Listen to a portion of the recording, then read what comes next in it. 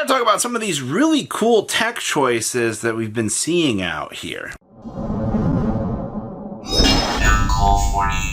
Make sure you guys smash the link, crap out of that subscribe button so you guys don't miss out on Burial from a Different Dimension. Oh boy, being able to tuck back cards from the graveyard.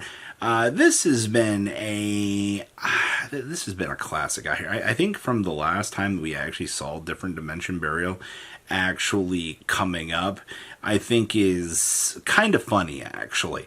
You don't really tend to see this card show up all that much, but I mean, being able to recycle some resources back to the graveyard on a quick play can also interrupt some of those stupid little options that somebody might be coming up. It's a dual-edged sword out here. You're recycling resources and being able to stop your opponent from having those cards banished as well. This also means you could put some of those banished Malice cards back into the graveyard and really mess up a stack of them. Obviously, it's a little bit more limited in the scope of things that it's able to do, but I think this does come as a pretty interesting tech choice out here, just what you can do. Gravekeeper's Inscription. Oh boy, this card, every time it comes up, it's really cool. So you get one of three cool effects at the start of your main phase 1, and it goes until the end of your opponent's next turn. So neither player can activate card effects in the graveyard. Well, that's really cool. Neither player can banish cards from the graveyard, so no Bysteel extensions. And neither player can special summon monsters from the graveyard. That one, a little bit okay, but if I were to toss this into the current meta, I mean, no Bysteel BS. You know, I don't have to deal with, you know, any card effects that activate in the graveyard is also a pretty big one. I think people are grasping at really funny options to try to stop Malice or just try to stop, you know, these very strong decks. I don't hate that they're trying this, but I don't think that this was a very successful tech choice. It is true that it has shown up and it has done some things, but it is nowhere near enough to really consider. Book of Moon. Now this is very interesting. Book of Moon being actually not seeing as much play as Book of Eclipse was, but it was enough that, you know, Book of Eclipse is meant to turn down an entire field.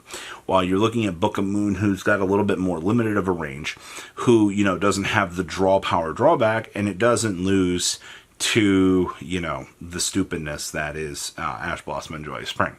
But with that all being said, though, Book of Moon is a way limited of a tech choice. I understand why you're trying to play it, because you don't want to lose to the draw side of things, but targeting versus non-targeting is a very big thing. It also just means that the detonator is just going to punch itself in the face. You know, the Book of Eclipse isn't going to be able to turn down a full field, which is what you're probably would be wanting. So I think that the Book of Eclipse is the clear winner, but the side effects of seeing Book of Moon having a little bit of play is not bad. Solemn Strike. Alright, so this has been a pretty big one right now. Very reminiscent of Zoo format, actually. Where we actually saw a lot of people out here really using the power of Solemn Strike to cut off those crucial zoo board pieces, or just to let your opponent burn through all their zoo monsters and then cut them off on the Dryden, or even, you know, letting the Dryden effect happen and then detonate the monster. It was an incredibly powerful card back then, and we're back to seeing this card in the modern era right now actually doing some very similar things. I am very happy to report right now that Solemn Strike has been one of the better cards in the modern era. It has done a lot for the game, and I think that you need to be paying attention to Solemn Strike right now. You need to be keeping an eye on how this card is interacting in the meta and in the side deck. That also alternative gives me to Solemn Judgment here. While Solemn Judgment is not able to negate a monster effect, you can sure as hell stop a spell and trap card with this thing, though. Being able to, you know, cut your opponent off of a key effect that they might think is going to set them up to win the game is always going to be hilarious. Also, blowing up a detonator as your opponent's making it feels freaking fantastic, even though you can do that with Strike. But, you know, that doesn't matter. All right. Also, being able to stop your opponent from, you know, hitting you with a crucial board breaker is always going to be very important, because, you know, your opponent's probably going to do Droplet, and they're not pitching an Imperm.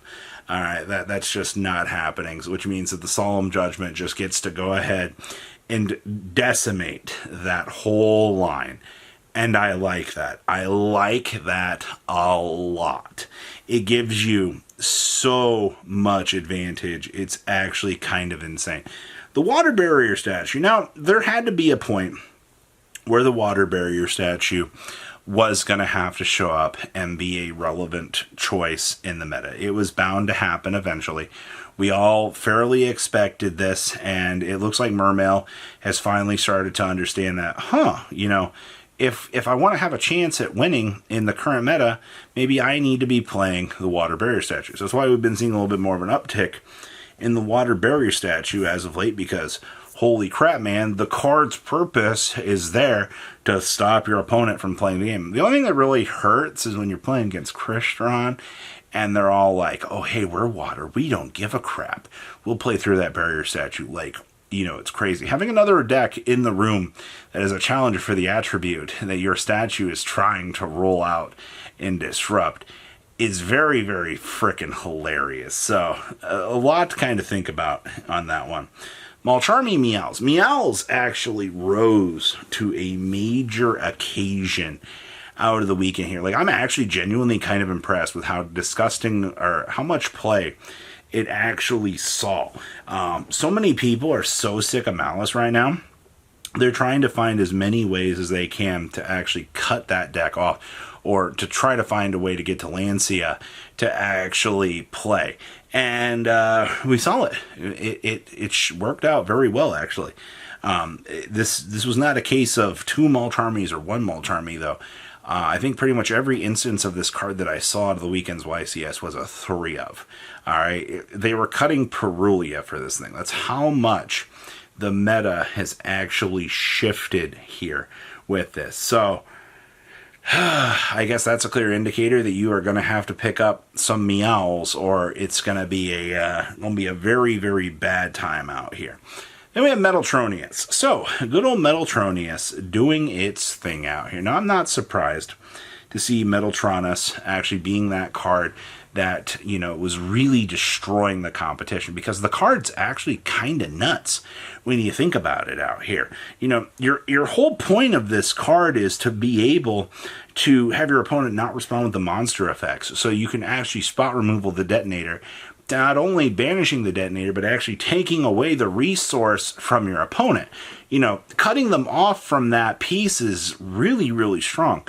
And I think that that's something that you really need to be considering right now. This card shot up in price very, very badly over time here. Like, it's almost laughable how much value has been gained off of Metaltronus, but it's all at the cost because you have to deal with Detonator.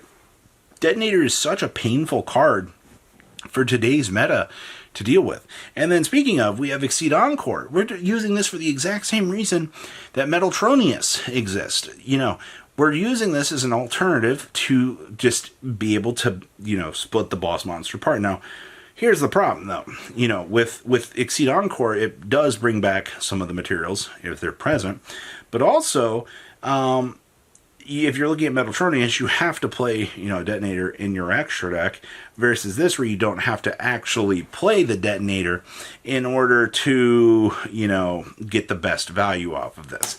I know that there's a lot to consider with that. I think both options are fine. You've also got Ultimate Slayer as well, but both Exceed Encore and the Metaltronus, I think Metaltronus is the better option. If you're looking for an alternative, then go with the Exceed Encore out here, because it just covers way more ground for you to be able to have. And then we got to talk about Sales Ban out here. Yes, the declare any card name. It can't do its thing this turn, and then you can't do anything with that card name for the rest of the duel. Really cheeky little tech choice out here, actually.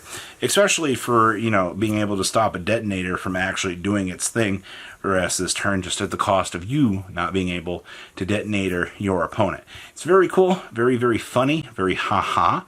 I think Sales Ban is actually probably one of the cooler tech choices that we've actually seen showing up. I remember back in the day of Mystic Mine out here coming up and actually using this. But, hey, I like what I am seeing out here from these tech choices. So please, leave a comment down below.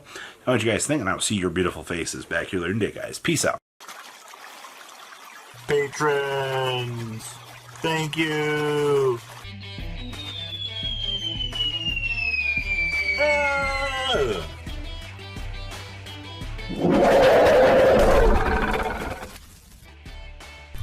Thank you so much for watching. Check out these other videos.